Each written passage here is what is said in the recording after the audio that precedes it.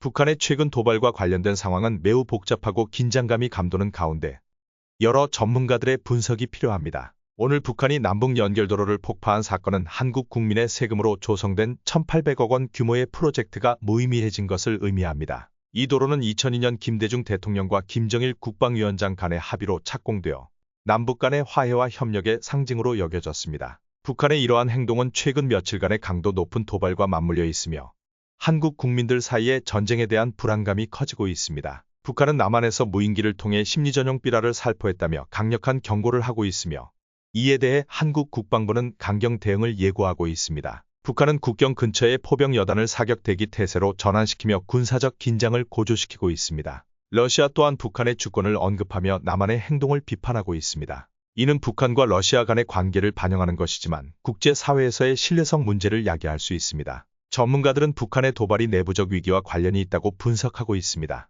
고려대학교의 남성욱 교수는 북한의 핵 위협이 재래식 무기 위협과 함께 나타나고 있으며 전면전 가능성은 낮다고 설명했습니다. 강동원 교수는 북한이 외부의 적을 필요로 하며 남한에 대한 압박을 통해 내부 결속을 다지려는 전략을 취하고 있다고 주장했습니다. 결국 북한의 최근 행동은 단순한 군사적 도발이 아니라 내부 정치적 목적과 연결되어 있으며 전면전의 가능성은 낮다는 것이 전문가들의 공통된 의견입니다. 이러한 분석을 바탕으로 북한의 도발이 단순한 군사적 긴장으로 끝나지 않고 복잡한 정치적 맥락 속에서 이해되어야 함을 강조할 필요가 있습니다. 핵전쟁이나 전면전이 발생하더라도 냉정하게 말해 우리가 할 수 있는 일은 많지 않습니다. 따라서 우리는 일상생활에 충실하는 것이 최선의 선택일 것입니다. 북한은 하루빨리 우리 국민의 세금으로 빌려준 1,800억 원을 갚기를 바라며 미사일을 쏘는 대신 굶주리는 북한 주민들을 더 신경 써주었으면 좋겠습니다. 이번 소식에 대한 여론의 반응은 다음과 같습니다.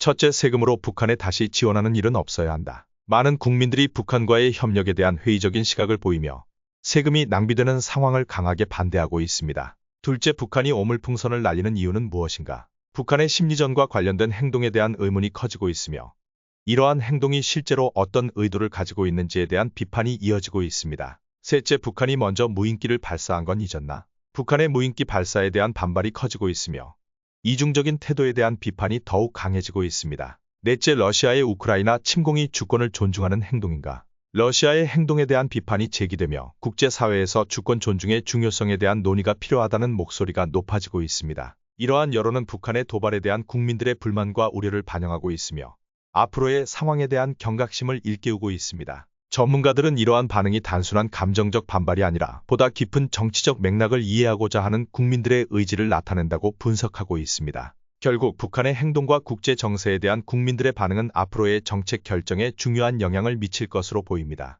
시청해주셔서 감사합니다. 구독과 좋아요는 큰 힘이 됩니다. 행복한 하루 되세요.